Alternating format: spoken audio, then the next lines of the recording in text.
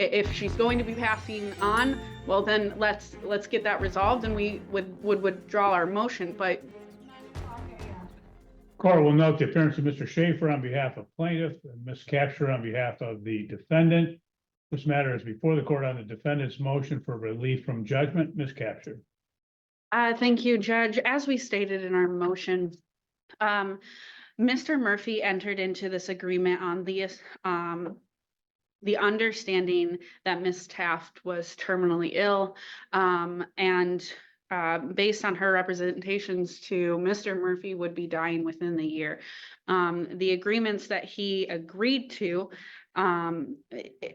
essentially are unconscionable, especially given the fact that there is a massive divide between Mr. Murphy and the children now. He doesn't have the parenting time that he would have wanted, but obviously gave more parenting time to Ms. Taft, given her assertion that she was dying. He wanted to keep things as even for her.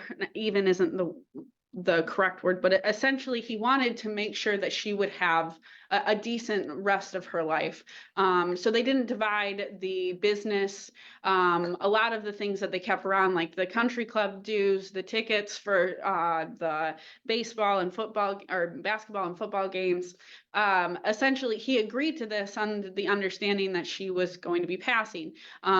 If she's not, and he has tried to communicate with her and say, hey, what's actually going on, because I'm being told that you aren't terminally ill, and that you induced me into agreeing to this agreement without under a false allegation. So essentially, Your Honor, what we're asking for is an evidentiary hearing so we can put proofs on the record to say Mr. Murphy did enter into this agreement under duress, that he believed false information presented by Ms. Taft. Even within his pro-con, he stated, and I'm not going to quote this directly, but he stated an understanding that he was entering into this agreement due to her terminal illness, without counsel, without representation, and simply signed the dotted line due to the misrepresentations that she placed to him. So, Your Honor, we're looking for an evidentiary hearing to prove that misconduct did occur, and then to move forward with this matter. Thank you. Thank you. Mr. Schaefer? Can't hear you, Mr. Schaefer. You're muted. Your Honor, we have filed an extensive answer to this. Number one, we submit that this is an improper motion for a number of reasons. Number one, the allegations alleged that my client said are not true. Next one is that it's pretty obvious that it's under duress, pressured based on the allegations therein. Number three, this was filed because my client hasn't died yet. Well, they didn't even give her a year. It's February 29th judgment. I represent to this court melanoma. It's in remission at the present time, and to see that there's something inequitable about this. What is improper on this is that counsel for the other side signed these pleadings knowing that the business was owned by both of the parties. We have submitted evidence of that, and this was filed just before there is a oppression suit that's going to be filed in relation to the division of the business. Client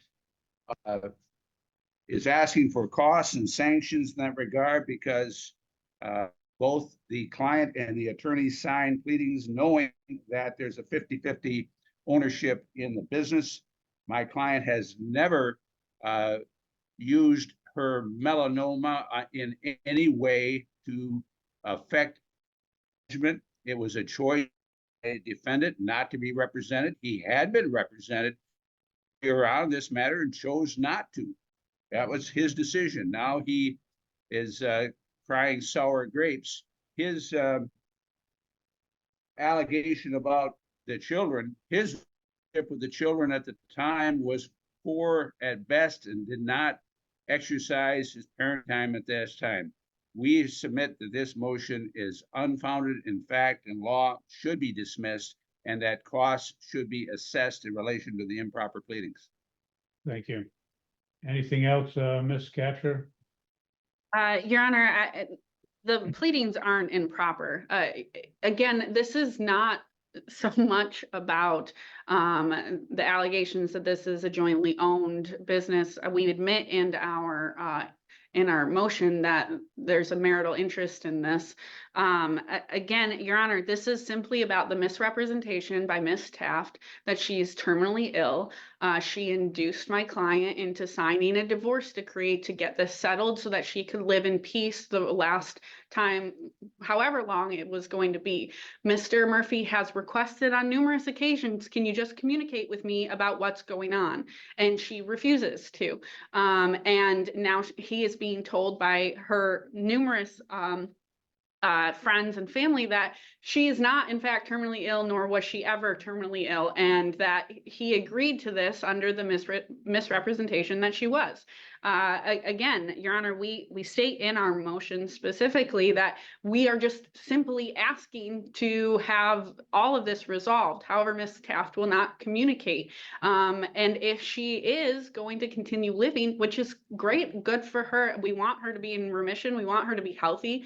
But if she's going to continue, obviously the marital property needs to be divided appropriately, including the business. That's not to say that we are saying, well, we shouldn't ever divide the property. We simply need an answer, and we need the correct answer, not a lie. If she's going to be passing on, well, then let's get that resolved, and we would withdraw our motion. But we obviously, she's in remission, allegedly, so then she obviously didn't have terminally ill melanoma like she represented to my client. Well, in this matter, the court does note that fraud has been alleged, but as I go through the pleadings here, the argument, there's been very little factual basis for the allegations. I don't believe that in this matter, the defendant has set forth a prima facie case for the court to again intervene at this time. And so the court believes that if in some time in the if the defendant can develop those particular facts, then the defendant can file an amended motion in this matter. But at this point, the court doesn't believe that there's a factual basis in this matter other than a he said, she said. And as a result, the court will deny the motion at this time. And the court doesn't believe there's a basis for award of costs or fees. So I will deny that request by both parties and ask Mr. Schaefer, you prepare the order denying the motion. I will, Your Honor. Thank you. You're free to go. Have a good day. Thank you, Judge. If you're involved in a dispute with another party such as this and you just can't seem to work it out, don't resort to taking the law into your own hands. You take them to court.